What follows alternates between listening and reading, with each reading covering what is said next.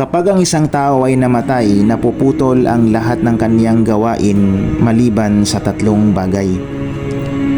Sinabi ng Propeta Muhammad sallallahu alaihi wasallam, "Idza mata al-'abdu inqata'a 'amaluhu illa min thalathin: sadaqatin jariyatin aw ilmin yuntafa'u bihi aw waladin salihin yad'u lahu."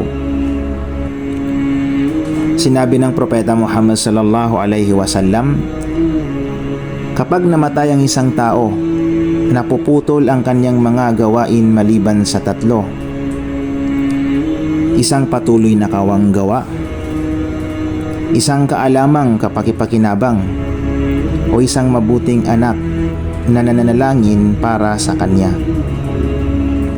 Ang sadaqa jariya ay kawang gawang patuloy na nagbibigay ng benepisyo, tulad ng pagpapatayo ng masjid o pagpapatubig sa mga nangangailangan. Ang kaalamang kapakipakinabang ay maaaring anyo ng pagtuturo ng Quran o pagbabahagi ng kaalaman. At ang isang mabuting anak na nananalangin ay isang biyaya na patuloy na nagpapataas ng antas ng isang magulang sa kabilang buhay. Habang nabubuhay pa tayo, maglaan tayo ng panahon para sa mga gawaing magdudulot ng walang hanggang gantimpala.